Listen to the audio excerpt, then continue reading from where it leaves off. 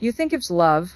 You think you've found someone who finally sees you, who finally chooses you, who makes you feel like you're the center of their world. The attention is intense. The words are sweet and the connection feels electric. It's like nothing you've ever experienced before. And that's exactly how they want it to feel. Fast, overwhelming, intoxicating. But let me tell you something real and raw, that kind of love, the kind that rushes in like a hurricane, the kind that knocks you off your center, is not love. It's manipulation dressed as passion. It's a trap. Narcissists don't fall in love. They target. They scan the room for someone who's kind, generous, emotionally open, someone who will pour all of themselves into the relationship and expect very little in return. They're not looking for an equal. They're looking for supply. Someone to admire them, to validate them, to hold up the mirror to their ego 24/7. And in the beginning, they love bomb you. They mirror your dreams, your values, your language. You think, finally, someone who gets me. But that love, it's conditional. It has an expiration date. It's only love when you're doing what they want, when you're making them feel good, when you're serving their story. And here's where it gets really cruel. Once they know they've got you hooked, once they see that you've let your guard down, that you've become emotionally invested, the mask slips. They start criticizing you subtly, withholding affection, blaming you for things that don't make sense, creating distance. Suddenly, you're confused, walking on eggshells, wondering what you did wrong. You go from being their everything to feeling like you're nothing. And the worst part, you start to believe it's your fault, that if you just loved harder, gave more, fixed yourself, maybe you'd get that beautiful version of them back. That's not love. That's emotional control. That's trauma disguised as intimacy, and they know exactly what they're doing. Because every time they pull away and you chase them, you're training yourself to tolerate emotional neglect. Every time they hurt you and you forgive without accountability, you're teaching them that your boundaries are flexible. And every time you stay silent instead of speaking up, you're reinforcing their power over your peace. But here's the wake-up call. Real love doesn't confuse you. Real love doesn't play with your mind. Real love doesn't make you feel small. It sees you, hears you, respects you, and grows with you. It's not perfect, but it's consistent. And the second you realize that the narcissist version of love is a strategy, not a feeling, that's when everything shifts. That's when you start reclaiming your power, because their trap only works when you don't know it's a trap. And once you do, once you see the pattern, once you name the cycle, once you choose yourself, they lose their grip. You stop waiting for them to change. You stop chasing crumbs. You stop settling for chaos and start demanding peace. The narcissist's love is designed to hook you and then hurt you, but your awareness, that's the key that sets you free. You know that feeling when someone comes into your life like a tidal wave, sweeping you off your feet with compliments, constant attention, long conversations that feel like they've known you forever. You tell your friends, this is it. This person sees me. And at first, it feels amazing. It feels like destiny. But let's pause right here, because I need you to hear me on this when it's too much, too fast, and too intense, especially from someone you've just met. That's not love. That's bait. That's love bombing. And it's not affection. It's a calculated move. Narcissists are masters at reading people. They study your needs, your hopes, your vulnerabilities, and then they become exactly what you've been craving. If you've been starving for love, they'll make you feel like the most cherished person on earth. If you've felt overlooked, they'll spotlight you so brightly it blinds you. But none of it is real. It's a performance. They're not connecting with you. They're crafting a version of themselves that you'll get attached to. And the moment you fall for it, they know they've got you. This is the part that's so hard to accept, especially for super empaths, because you want to believe it's real. You replay the compliments, the deep talks, the promises they made in the early days. You tell yourself, they couldn't fake all of that, but they could, and they did, because love bombing is how narcissists lure you in. It's their fishing rod, and the more desperate you are for genuine connection, the easier it is for them to cast the line. The trap is set when you start believing this is what love should feel like. You start associating emotional intensity with emotional safety, and that's dangerous, because healthy love doesn't come rushing in at 100 miles per hour. Healthy love builds. It's rooted in respect, patience, consistency. It doesn't try to possess you in the first week. It doesn't make you question whether you're special. It proves it through time and behavior. Now, here's what most people miss love bombing isn't about you. It's about them. It's about control. It's about securing your loyalty so they can switch the dynamic once they know you're invested. That's why, after the flood of affection, there's always a drought. That's why the texts get shorter, the compliments vanish, the attention fades, and suddenly you're confused. You think you did something wrong. You start trying to win back that love you had at the start. But that's the cycle, that's the trap. They bait you with fantasy so they can manipulate you with withdrawal. You go from feeling like the most loved person in the world to feeling desperate for crumbs. And the worst part, you blame yourself. You think, if I just love them more, maybe I'll get that version of them back. But that version never really existed. It was bait. It was a mask. The moment you realize this, really let it land, is the moment everything changes. Because once you see love bombing for what it is, you stop chasing it. You stop craving it. And you start protecting yourself from the illusion of love that was never meant to nourish you. It was designed to trap you. Let's get one thing straight right now.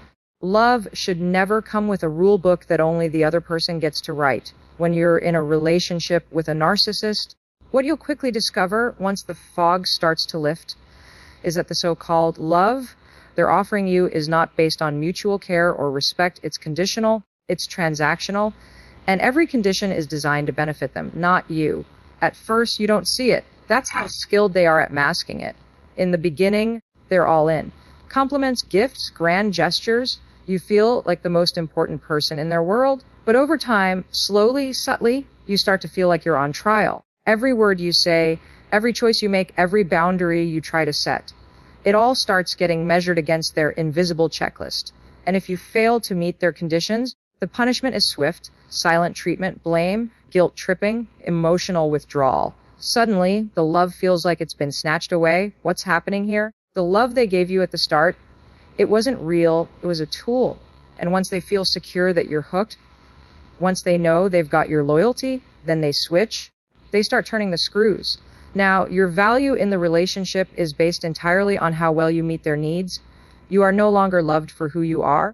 You're loved for what you do for them. Let me tell you why that's so dangerous. When you're in a relationship where love is conditional, it forces you to abandon yourself in order to be accepted. You start shrinking. You stop speaking up. You edit your personality to avoid conflict. You overgive, over-apologize, and overanalyze just to keep the peace. And every time you do that, you're teaching your nervous system that being loved means being less of yourself. That is not love. That is control disguised as intimacy. It's like being on a treadmill that's always speeding up. No matter how fast you run, it's never enough. The rules keep changing, and the bar keeps moving, and somehow you always end up being the problem. That's how narcissists maintain power. They convince you that their love is something you have to earn, and if you ever fall short, they make sure you know it. But let me be clear, real love doesn't work like that. Real love doesn't come with strings attached to your worth. Real love says, I see you, I value you, I accept you, even when you're not perfect. Real love allows room for honesty, growth, and imperfection. It doesn't require you to sacrifice your identity to stay connected. When you start to recognize that the love you're receiving is conditional, you have two choices. You can keep trying to win a rigged game, or you can walk away and start rebuilding the most important relationship in your life, the one you have with yourself. And when you do that, when you stop performing for someone else's approval and start showing up for your own healing, that's when you break free. That's when you finally remember what it feels like to be safe, respected, and truly loved. Let's talk about confusion, because this is one of the most powerful tools narcissists use to gain control over your mind, your emotions, and ultimately your life. You've probably had that moment where you're standing there trying to explain how you feel, and suddenly nothing makes sense. You can't find the words, you doubt your memory, you question your own reactions, you walk away from the conversation thinking, wait, am I the problem? That is not an accident. That is by design. Narcissists thrive in chaos, and the most subtle, manipulative way they create it is by feeding you constant, low-level confusion. They twist your words. They deny things they clearly said. They reframe entire conversations so they come out looking like the victim, and you end up apologizing for their behavior. You go into these exchanges thinking you're going to resolve something, and you walk out completely destabilized. This isn't communication. It's psychological warfare. Let me be real with you. This confusion is not because you're weak. It's not because you're not smart. In fact, the very reason you're such an easy target is because you care. You're trying to understand, you want peace, you believe that healthy people talk things through. So when they gaslight you, when they say, that never happened, or you're too sensitive, or you're making things up, you second guess yourself instead of calling them out. Because deep down, you just want to get back to the love. You want that connection restored. But here's what you need to understand. They use confusion to make you easier to control. When you're confused, you're more likely to comply. When you don't trust your own perception, you turn to them to interpret reality for you. And when that becomes your normal, when you start relying on someone else to tell you what's real, you've handed over your power. That's the real trap. And you know what's really insidious? You begin to internalize the blame. You think, maybe I am being dramatic. Maybe I did read too much into that. Maybe I should have said it differently. And every time you make those little excuses, you're reinforcing the narrative they want you to believe, that your instincts are flawed, that your emotions are invalid, and that your voice isn't trustworthy. And once you start believing that they don't even have to work that hard anymore, you'll gaslight yourself.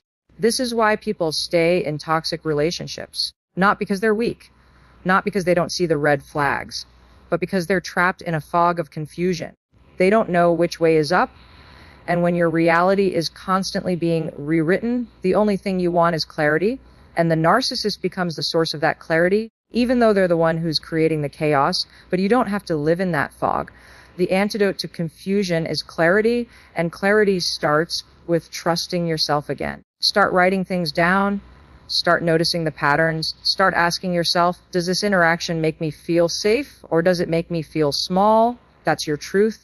That's your compass. When you start naming what's really happening, when you say, this isn't love, this is manipulation, you start taking your power back. You stop spinning in circles. You stop looking to them for permission to feel what you feel. You begin to ground yourself in reality. And that's the moment the confusion loses its grip, because they can't control someone who finally sees the game for what it is and refuses to play. Let's talk about something that's going to hit you hard if you've ever dealt with a narcissist, the addiction to the high of temporary validation. And I want you to really sit with this, because it's not your fault, but it is your responsibility to understand it. When you're in a relationship with a narcissist, whether it's romantic, family, or even a toxic boss, you start to notice this pattern. 1 minute they're distant, cold, critical. The next minute they're warm, affectionate, praising you like you're the best thing that's ever happened to them. And in those moments when they finally give you that tiny sliver of love or attention you've been starving for, it feels incredible. You feel seen, you feel valued, you feel safe. And that right there is the hook. Because here's the truth, that momentary hit of praise or affection is exactly what your brain starts craving. It's not love, it's dopamine. And the more unpredictable it is, the more addictive it becomes. You are literally being trained like a lab rat pressing a lever for a reward, not knowing when it's coming, but pressing harder each time, hoping this will be the moment. This is what psychologists call intermittent reinforcement. And it is the exact same behavioral loop that keeps people addicted to gambling, social media, and yes, abusive relationships. See, when someone gives you love consistently, your nervous system feels safe, you relax, you trust. But when love becomes something you have to earn, when it becomes conditional, rare, or erratic, your body goes into survival mode. Your brain starts obsessing over how to get back to the good moment. You analyze every conversation. You blame yourself for the distance. You overthink, give over, apologize. Why? Because you're chasing that hit of validation that made you feel alive just for a second. But here's the cruel twist. Narcissists know exactly what they're doing. They withhold love on purpose. They devalue you to lower your confidence. Then, just when you're starting to pull away or question things, they reel you back in with a compliment, a touch, a memory of how things used to be, and boom, you're hooked again. Your brain lights up, and you think this is proof they care. We're getting back to normal. But that's not what's happening. You're not healing. You're looping. You're in a cycle that's designed to keep you off balance and emotionally dependent. I want you to hear me loud and clear on this. You are not crazy for feeling stuck. You're chemically bonded to the pattern. That's why it feels so hard to leave. That's why you feel like maybe if you just try harder, love more, fix yourself, they'll finally love you the way they did in the beginning. But they won't, because the beginning wasn't real. It was bait. And the cycle of abuse is designed to keep you chasing that version of them that never actually existed.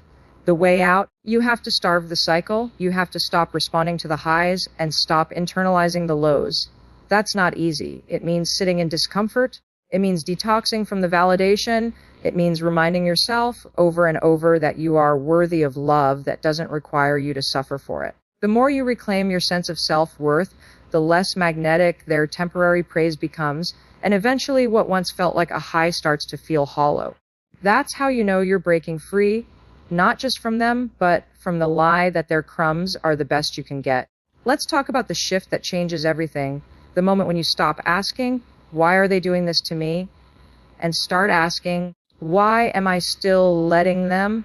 That moment right there, that's the beginning of your power. Because here's what no one tells you when you're stuck in the loop with a narcissist. They're not going to change, no matter how much you explain, plead, justify, or prove yourself. And you've probably tried all of that. You've bent over backwards. You've silenced your needs. You've tried to be more patient, more forgiving, more understanding.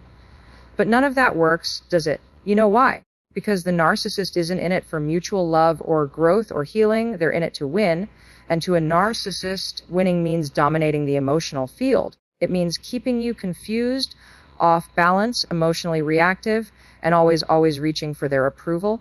That's the game they're playing. And the minute you start waking up to it, the minute you start seeing those patterns for what they are, not love, not connection, not passion, but manipulation, the game starts to fall apart. Not because they change, but because you do. See, this is where it gets real. The power isn't in getting them to treat you better. The power is in recognizing that you deserve better, even if they never change, especially if they never change. Because every time you choose to accept their behavior, you're unconsciously sending a message to yourself that says, this is what I'm worth.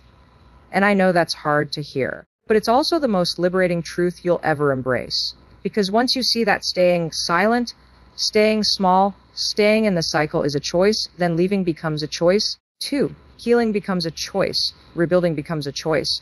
Let me tell you something, boundaries are not about controlling the narcissist. Boundaries are about honoring yourself. And honoring yourself means no longer sacrificing your peace just to keep someone else comfortable. It means walking away from conversations that go nowhere. It means saying, I'm not available for manipulation today. It means choosing your own sanity over their approval every single time. And here's the wild part. When you start setting those boundaries, the narcissist will escalate. They'll push harder. They'll guilt, trip, charm, rage, or suddenly act like the person you fell for in the beginning. Why? Because they sense the power shift. They feel the grip loosening. But that's not your cue to go back. That's your sign that the change is working, that you're finally stepping out of the role they cast you in. I know it's scary. I know it feels like stepping off a cliff. But on the other side of that fear is freedom. And that freedom is rooted in one simple truth. You are not responsible for someone else's inability to love you well. You are only responsible for how long you accept less than you deserve. When you stop giving energy to someone who only sees you as a tool for their ego, you start redirecting the energy back to you. You begin to hear your own voice again. You begin to trust your gut again. You begin to rebuild the self-worth that they worked so hard to dismantle. And once you reclaim that power, they lose theirs. Not because they changed, but because you did. You stopped playing the role. You stopped showing up to prove your worth. You started living like someone who knows they're already enough. And that shift, that